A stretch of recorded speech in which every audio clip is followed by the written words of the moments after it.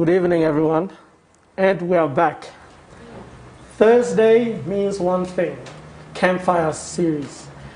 And, you know, we are ready. We've got such a great show for you today because we've got that news that you've been waiting for. But before we start, we are observing our social distance. We've worn our mask and we have sanitized. I think now we can take off our masks to help us to speak clearly. Okay. Whew.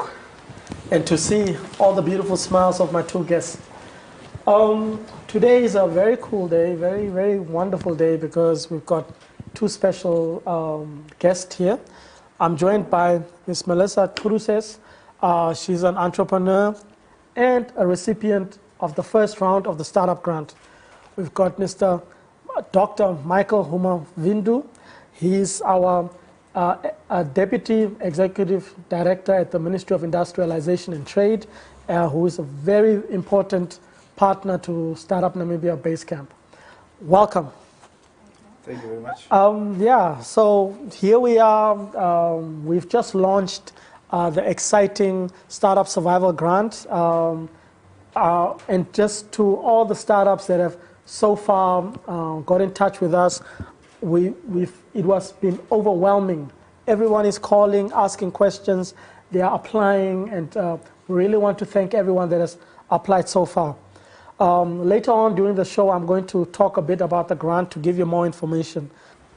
And, you know, I will be in big trouble if I don't introduce our wonderful sign language interpreter, Ms. Maggie Kashina Munene. Very welcome, and I hope at the end of the day you can teach me another word in sign language. The latest one I know is this: when you're late. Now back to the interview. Please, can you introduce yourself? My name is Melissa Cruces. I was born in Grootfontein. I grew up here in Windhoek. After finishing school, I went to Yemen to do au pair. When I came back, I started work as a waitress for 17 years. I'm a single mother, and I'm having two children. Okay. And I mean, you're a businesswoman now. How did you make the transition from, you know, waitressing until you decided, no, I want to do my own thing? While I was doing waitressing, I found my passion in decorations. And while I worked as a waitress, the event planners always do decorations at the restaurant, and I always help them. And one day, I asked myself, where do I want to stand after? Where do I want to be after 10 years? And then I start my business.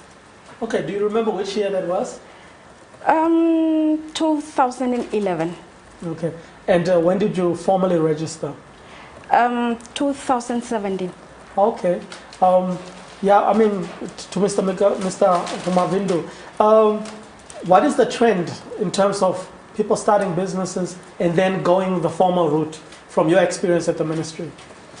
Yeah, thanks Litaho also for inviting me here at Startup Namibia.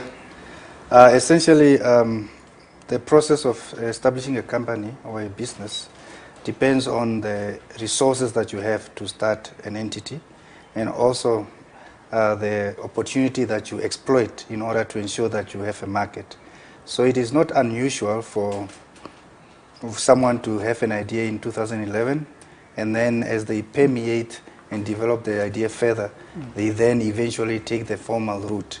Now, the reality also is that when you look at the startups scene in Namibia, a lot of our entities are in the informal economy sector. They haven't yet formally registered. But that is fine because you need to allow for this incubating period or this laboratory period that they are to be able to make the decision whether to go formal or to remain informal. If we can take a step back, Mr. Humavindu, and just give us an overview of the ministry, and then just a small targeted segment on what does the ministry offer to SMEs in terms of services? Essentially, the ministry has a 4-mandate remit. The first one is industrialization. That's why we are called Ministry of Industrialization. That is now to promote our ability as a country to have a strong manufacturing and industrial base, making products. And as you know, the link with startup there is very high because startups are there to discover and come up with unique products, and that leads you to industrialization. Second one is enterprise development. We need to make sure that we have enterprises in the country. Once again, the link to startup is quite pertinent because we need to make sure that we provide them with the support schemes, whether it is equipment aid, whether it is financial support or training, or even the startup center, for example. Third one is investment promotion, very important also for startup because you need to attract both foreign and direct investment in the country to ensure that the economy grows. And fourthly, we do international trade agreements.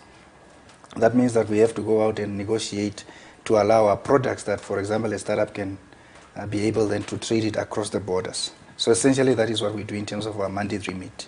Mm-hmm. Yeah. And when you're looking at the sector, from your experience, where can you see most of the idea phase entrepreneurs that are not registered? Where are they? In which sectors? Yeah, if you look at the current setup, and that really has to do with how the economy has evolved. If you go back to 1980, most of us were still toddlers. Or you come in the 90s when we are now just starting to wake up, and then in the 2000s, the structural transformation, the setup of the economy is just the same. So we basically a country that take out the mining minerals out of the ground and we export it. There is a lot of opportunities within there that you can exploit as a startup to be able then to create the linkages to that mineral resource, or even in new industries such as tourism, where you are then able, perhaps with digitized financial services, you're able then to create linkages to this industry. So a lot of our latent entrepreneurial stock that we have in our country was more in the retail and trading, because that was easy. I mean, you can just get something from South Africa and start trading it here. But now we are starting to see an emergence of especially younger entrepreneurs and people that are even in the farming sector that are starting to look at how do I, for example, create an app that can ensure that auctions for the agricultural sector can be accessible to everyone and I make some money out of it, or how do I develop new financial services products that then can meet the unmet demand on financial services. So it's quite a little bit not yet there, but the entrepreneurial stock is starting to grow, and we just need to make sure that we provide all the relevant enhancements and support mechanisms to make sure that at least we have more entrepreneurs of that type. Sure. I can hear from what you're saying that we are not there yet. Technology is key, yeah. And I mean, young people are getting out there. Back to Melissa. So when you started your business, did you just decide one day, okay, tomorrow I'm not going to my restaurant? Or did you first, while you're working at the restaurant, did you start doing things on the side? Yes, while I was working, I start my business and I do it as a part-time. And when I start, I bought all the things from my salary and my tips. Okay, and then when you started, did you have a place that you were renting to store the things, or did you do it from home? I did it from home. Oh, okay. And how was the experience in the beginning? Can you tell us a little bit about the first years? It was very difficult because it's a small space, and then if you need something, then you have to look, or you have to take something out, and then it was not so good. Yeah. Okay. No, it's part of entrepreneurship. You need to be at that phase. And can you tell us now? Okay, don't talk about now because that's a special time now. But let's say last year, how many staff did you have, and how was business going last year? The business was doing very well till February, and I was having 2 permanent staff and 5 casuals, and sometimes we had 3 events in a day. So it was it was doing very well. Okay, that helps us to transition now to towards these times. Mr. Humavindu, I mean, when you're looking at the sector and COVID-19, we've been hit very hard. And like you said in the introduction video for the grant, sometimes startups can feel like no one cares about them. What have you been hearing from them in these months about their struggles because of COVID-19? Yes, that's quite a very pertinent question. And it's very pervasive in terms of the brand that the COVID-19 has had on our entrepreneurs. Lots of them, like in an example, rethinking the concept of how do I now ensure that either I save the business or I save my workers. And at times the biggest, hardest decision that a business owner like her has to make is to let go of her workers, people that she has become family with, or in certain circumstances, a lot of jobs, businesses were had to close. And unfortunately, in the informal sector, but as well as in the startup sector, you don't have a lot of financial support. You don't have a ready-made overdraft or a bank relationship manager that she can call out upon to say, please, give me another 10,000 so I can just tide myself over for the next month. That they don't have. And that is quite the biggest problem, because in the pandemic, the startups and the small businesses are faced by huge liquidity constraints. There are no tenders, there are no other opportunities to sell. The people that have to come to your shop are staying away because of the regulations. And so all of that has a serious debilitating effect on your survival as a business, but also your decision as a owner on whether to let go of your dearly beloved employees and colleagues. Also, Melissa, can you tell us a little bit about when COVID started? How did it really, like he's saying, how did it affect your work and your clients and your staff and so on? How did the situation change? Since the start of COVID-19, my business came to a standstill, and all the events canceled. Some of them postponed. And it was very difficult. It is still, even now, it is very difficult to give your staff or to pay them, to give them their salary. So it's not easy. And did you have the unfortunate situation where you have to let some of them go, or did you keep them? I keep them because I'm having only 2 permanent and the others are casual. Okay. So casuals, if you come in, you get your salary. If you're not coming in, you don't get. Okay. So. And if you're looking into the future, how is it looking? Do you feel like things will pick up end of 2020, or are you just waiting for 2021? I think it will pick up because I'm having few events, but we are waiting for state of emergency. She's looking at the government representative, but he's not really in that department. No, just this is a personal question. I'm always late for my things, when I'm planning for my darling wife or for the boy's birthday. I call you at 6 o'clock. I say, oh, see, Melissa, tomorrow is the boy's birthday. I want you to do a good job. How will you approach it? Because I just want to hear from your side. How do you deal with deadlines on short notice? I will concentrate on the table setup in the backdrop. I will do a beautiful table setup, but I can't do drapings because the drapings will take a lot of time. Okay, so you're saying focus on, and have you been in those situations where time is not there, you need to make clever decisions? Yes. And how did you deal with that? Did it go well, or? Yes, it will go. It go well because because I'm having a lot of casuals, and then I call them and then I say, let's do this in 2 hours, and then if you know your things, you can do it in 2 hours. And what was the response from the clients? Oh, they were very happy. They were very happy. Good. Mr. Mavindu, we are in national stage 3 still. 2 more weeks. The president has said, we must come home at 8 o'clock. There are some limitations on work. When you're looking at this, do you see it easing off towards the end? I mean, just as an informal, not a official statement, but just how do you feel things will go towards the end of 2020? Will it come down, or do you see it going into 2021? Yeah, the realization should not be on whether things will ease down or whether things will normalize. There will now be a new normal. And even for startups, they need to find additional niches of what they can do. If you look at what COVID-19 has brought, it has brought a lot of realization for us. She's in catering, but food production, for example, is going to become very, very important for us for our own self-sufficiency.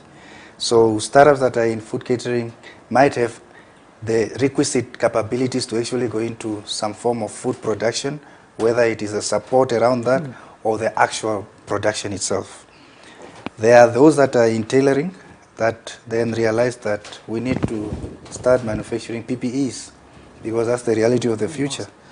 There are those that have been doing certain things around maybe ethanol production, and suddenly they realize that they can now manufacture sanitizers. And we have a bunch of them that are now doing these opportunities, scouting and seeing how they can then adjust themselves to the new reality. So the main message is not necessarily to say, let's wait for things to go back to what we used to have pre-COVID, but it's more about reorient yourself to embrace the new normal.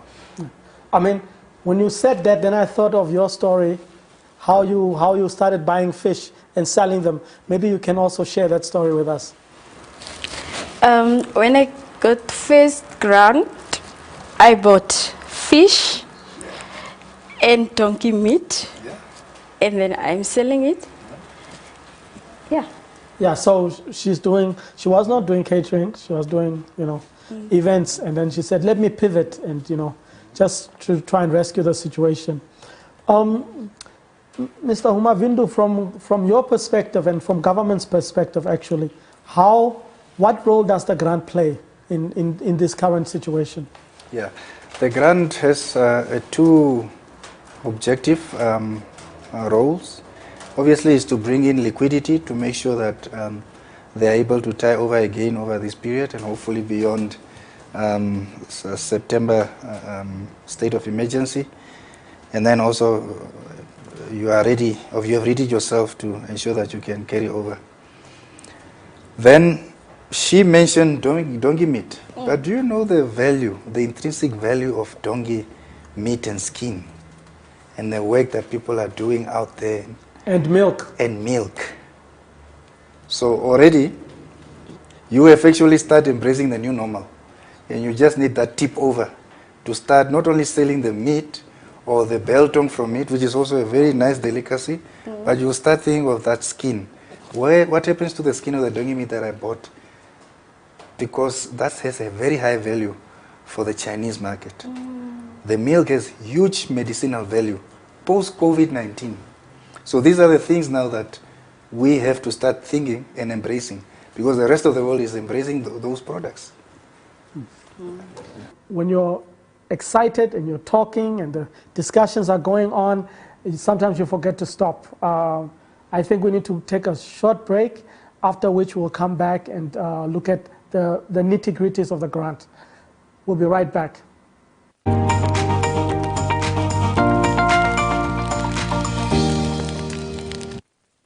The best way to describe Namibia would be to say that it's comprised of never-ending landscapes, beautiful vistas and striking geology. From the lush vegetation of the mighty Zambezi in the north of Namibia to the desolate Fish River Canyon in the deep south, Namibia is nothing but breathtaking in its scenery. A common sight when traveling the long distances between destinations in Namibia would always be the grass next to the road, a golden brown, their long grassy arms always dancing in the wind. They serve to decorate the Namibian landscape, as well as serving as sustenance for livestock throughout the country. The grassy plateau is known as a savanna, which is the dominant biome in Namibia. Savannas are areas of grassland with an upper layer of large shrub and/or trees. In modern day, a phenomenon known as bush encroachment has had a major impact on Namibia's natural savanna areas. It is defined as the incursion of aggressive woody species resulting in an imbalance of the grass-bush ratio, a decrease in biodiversity, and a decrease in carrying capacity. This causes severe economic losses for Namibia in both the commercial, freehold, and communal non-freehold farming areas, especially in the northern and southern areas of Namibia. Bush encroachment in Namibian savannas is seen to be part of the process of land degradation, worsened by climate change and unsustainable rangeland management. This is the first episode in a long series of videos that will look at several elements around this phenomenon. Join us as we look at the causes of bush encroachment, the benefits of proper bush management and its effect on the economy, and the potential of different biomass value chains. We will look at the charcoal industry, the largest biomass industry and one of the fastest growing industries in Namibia, biomass for energy production, and bush utilization in the feed industry. The purpose of this series is to help the general public understand that bush management is by no means the destruction of the Namibian bushveld, but the attempt to return, balance and restore the plains of Namibia to a more natural state, to create a viable industry of value addition which will ultimately boost the Namibian economy and improve the livelihood of Namibia.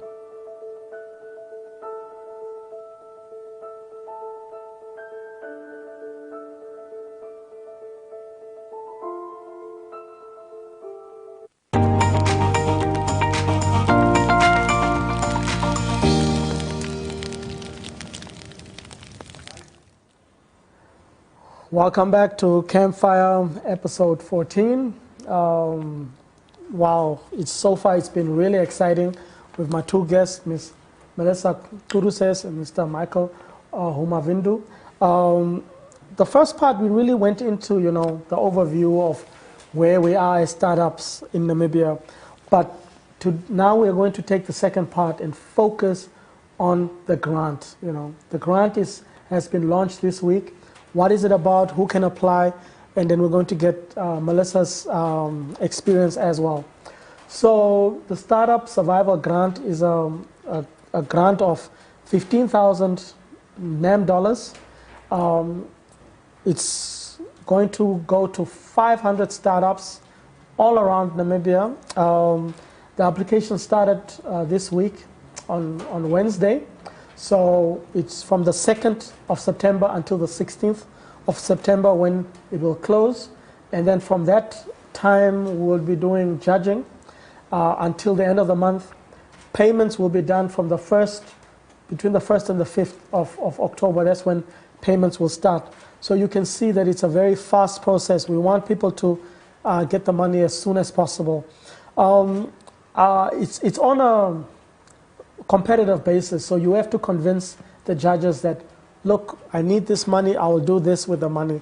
I also want to say that small businesses in the Erongo region, female-owned and female-run businesses, and those businesses who are operating in hospitality, tourism, as well as arts and culture, are especially encouraged to apply. On that note, I just want to go to Mr. Humavindu and say, why did we make that focus, especially on Erongo region and women and those that are in arts and culture, as well as tourism and hospitality? Yeah, thank you. Essentially, we had to reassess after the first COVID grant that were given to at least 200 Namibian beneficiaries as to what is the further impact around the COVID-19. And so therefore the context of what has transpired since the first lockdown then help us to come to a much better appreciation of what we need to roll out in the second phase. Therefore, when the Erongo region became the epicenter of the pandemic, it was natural that you would then want to make sure that you can help a lot of those entities that are trading in there to get up back on their feet again. The second one is that the tourism has been one also of the most hardest hit sectors, tourism and hospitality, because essentially people stayed away. The regulations basically said you must not come or you must stay away. And therefore there was nothing, or even for the subsectors like hers, she could not get fit anymore to herself, to her business. So it became imperative that we try to make a focus on those hardest hit sectors so that they are then able to have a bigger access of the funding pool. Arts and handicrafts and the likes are quite pertinent in the sense that they are mainly informal and they have a large number of skilled artisans. You want to make sure that you support and enhance your skilled artisans because their innovative thinking is what links you to discovery. A startup main function is to discover. An established company's main business is to execute because you're already established. You just need to execute so that I can be satisfied as a customer. A startup needs to discover so that the economy can innovate and thereafter grow. So it is very important that you always ensure that your skilled artisans, naturally ingenious knowledge, is then also supported through the period because they also linked to sectors like tourism. So when the tourists don't come, then there is also a subsequent impact on sectors such as arts and handicraft. Melissa, if we can go back to you. Tell us about your experience. I mean, when did you hear about the grant and why did you decide to apply and so on? I heard about the grant on radio and it was in April. And when I heard, then I called and then I find out how should I do.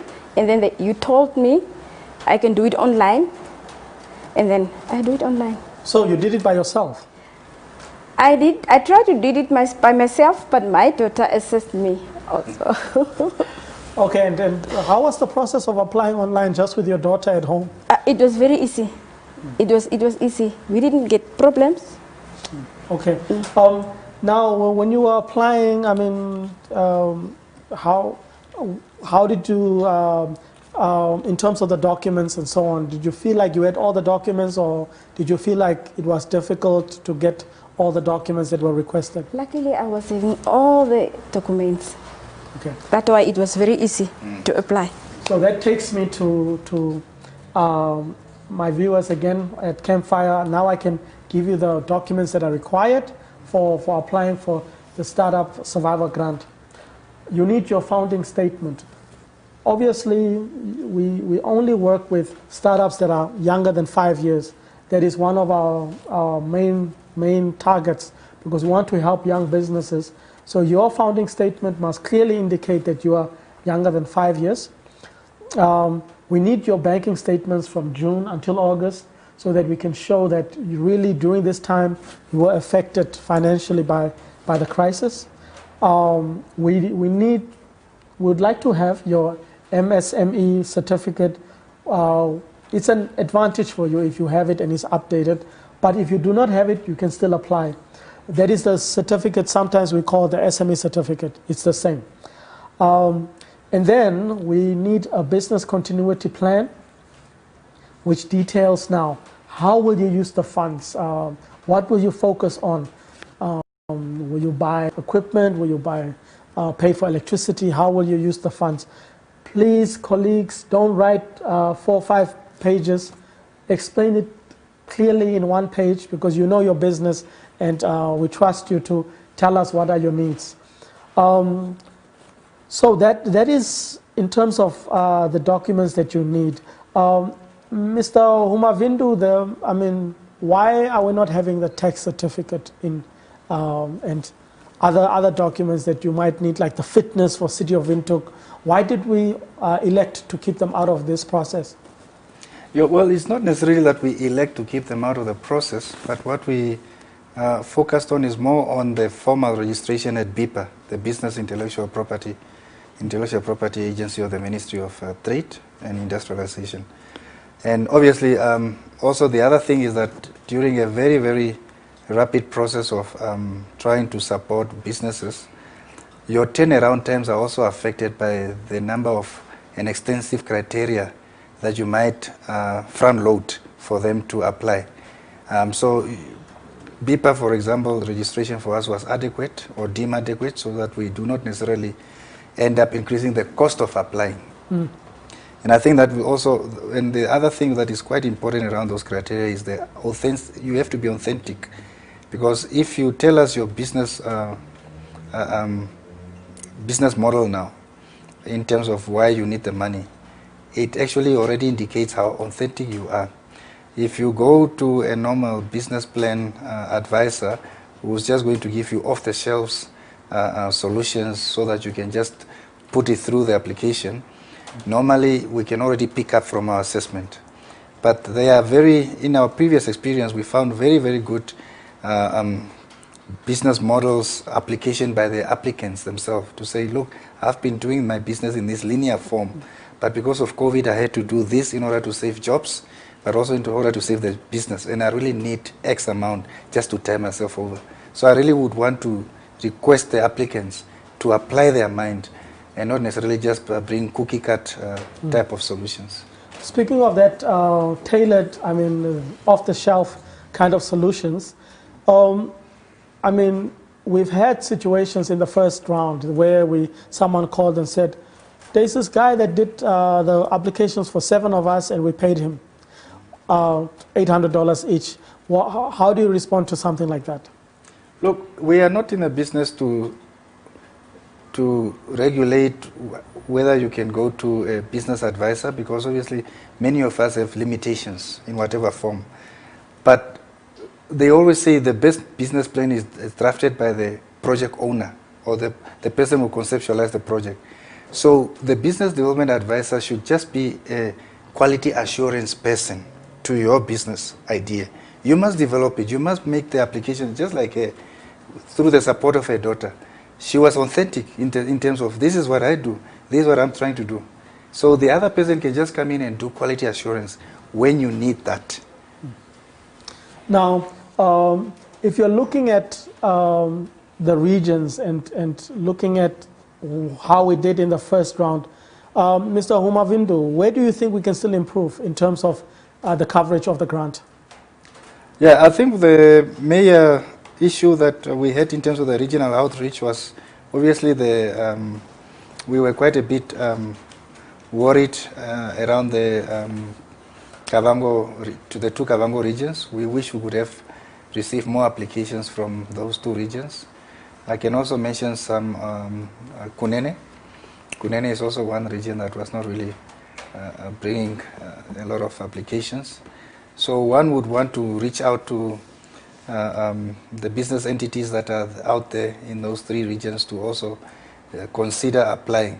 You know, if it is one thing to apply, but you did not make it, but if the flow, the pipeline from those regions was so very, very small that one got concerned as to what is the issue. And I think that is something that we can look at, especially, I think you heard yours on the Damaranama radio. Oh, yeah, especially to use local radio stations as partners.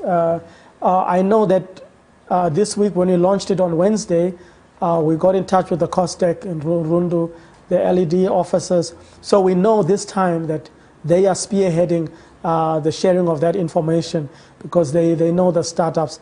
And we want to thank our partners in the region. Really, without you, it would not be possible.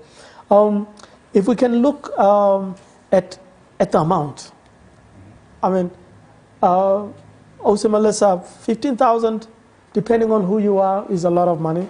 But depending on who you are, again, it's just like, you know. And amongst ourselves, we are not in that group because that is a lot of money for all of us, I'm sure, in this room. What can you do as a business when you are stuck? You are stuck. You just need to see tomorrow. How can you advise those who will get the grant to manage those small funds? My advice to them is like, when I get the grant, I pay my rent, I pay my stuff, and then I bought and sold fish and donkey, like I said. And then I'm getting small amount. Profit. Yeah, I'm getting small profit during the COVID, during the pandemic. I think from the previous round, you could also see the ones that are trying to be very, very, how should I say, appreciative of the funds and how they were going to deploy it. You know, they would say, just like the entrepreneur here next to me, that they would immediately, once they receive that money, they are going to put down the payment for the next 3 months. So then they are sure that my rentals payment is covered. And maybe that's another 4,000 or 5,000 of the 15,000. And then immediately then pay up front your workers for the next 2 months just to make sure that they are secured. And then the rest, then that's what they use for working capital. Most of the ones that were innovative were already showing you how they're going to quickly deploy the money to just create that buffer. So almost like risk management. I create the buffer while I'm trying to manage whether I'll get some feet or whether I'll get some additional things to do around my capabilities as a business person.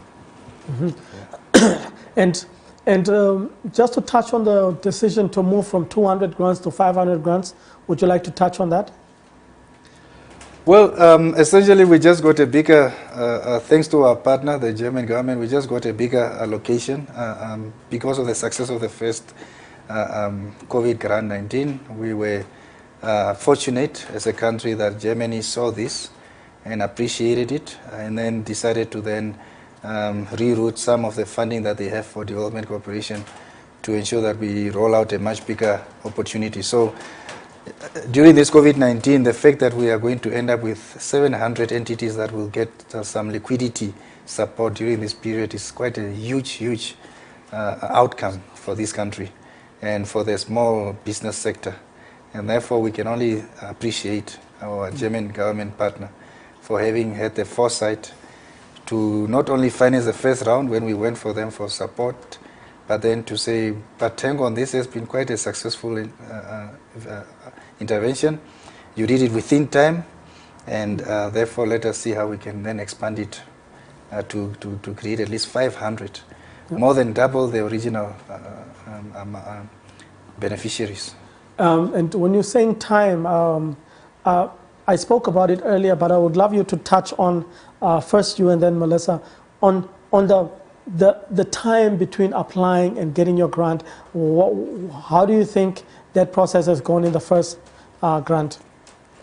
Yeah, turnaround times is one of the biggest problems we have in terms of financing from financial institutions in this country. Often you will hear people saying, well, I applied for a loan, but I'm still waiting. It's 6 months down the line. Or it has run, my seasonal cropping opportunity has run out because I'm still waiting for that bank to give me the money. So this intervention also created a new avenue in terms of how do we harness technology to ensure that the moment you announce application and the time that you disperse the money, that turnaround times is very shortened. So I think with the new issues around digital financial services, this intervention has also actually mainstreamed now the opportunity for us to expand it further from an institutional perspective as a country to make sure that we now start giving people the money they need just in time, as the Japanese would like to say. And your experience, did you think the time was good from when the applications were finished, when you found out that you were one of the beneficiaries, until you received the money in your account? How was that time? The time, it takes two weeks. And then after 2 weeks, they told us you will get it after a week. And then it was not so, yeah, it was easy. So to those who are thinking about applying, please apply, because the process is very efficient. We've got a full team that's working on this, and we are only here for you. I also want to emphasize that when you do apply, please make sure that you look at your documents. Make sure that, you know, because some people had everything right, and then by mistake they put a different document instead of a banking statement or so on, but everything else was correct. Or instead of their ID, they put something by mistake. So I want to encourage you, you can save the application. You don't have to finish it on one day. So put in the documents, go back to sleep, come in the morning and check again. As we are going towards the end of this session, I just want to ask Melissa first. I mean, words of encouragement to those who are there, maybe especially those who feel that they are too far or they are too old or because she's a lady. You know, sometimes we feel like things are for other people. I want you just to encourage others that are watching to make them apply for this grant. First of all, I will say it, get all the papers. If you start business, get the papers. If you don't have papers, most of the places need papers. That you got the right papers. Mr. Humavindu, what about some words of encouragement for those that are thinking about applying? Yes, I think the major realization is that there's quite a huge unmet demand for financial support during this COVID-19 period. We had roughly 900 applications in the first round, and we could only finance 200. And I'm sure we will still have another additional applications, perhaps even 3 times the demand, the amount of money that we can disperse. But as I said, the main issue is your creativity in ensuring that you're authentic in your application, that you are making a case for why and how you deploy the money, and how it will help you to ensure the sustenance of your entity, of your company, and your workers. Now, where you get stuck, the Startup Center is here itself. I'm sure there is a hotline or an outreach email where they can get through, but also the ministry has, in all the regions, offices, except for Kavango West. We are still setting up the office there in Kurenkuru. So where the members of the public that are interested are getting stuck, maybe in terms of how to use the application process, which I seriously doubt, they can always call upon our regional officers to see how they can then support them to ensure that they apply. Mm-hmm. Yeah. As we round off, I just want to emphasize again that the Startup Survivor Grant is there. We've got until the 16th of September to do your applications online on www.startupnam.org. Let me repeat that. www.startupnam.org. So remember that it will be awarded on a competitive basis, so give us your strongest case. Make sure your documents are in place. I'm talking about the founding statement from BIPA, the bank statements for June until August in the company's name. The MSME certificate, if you have it, it's an advantage.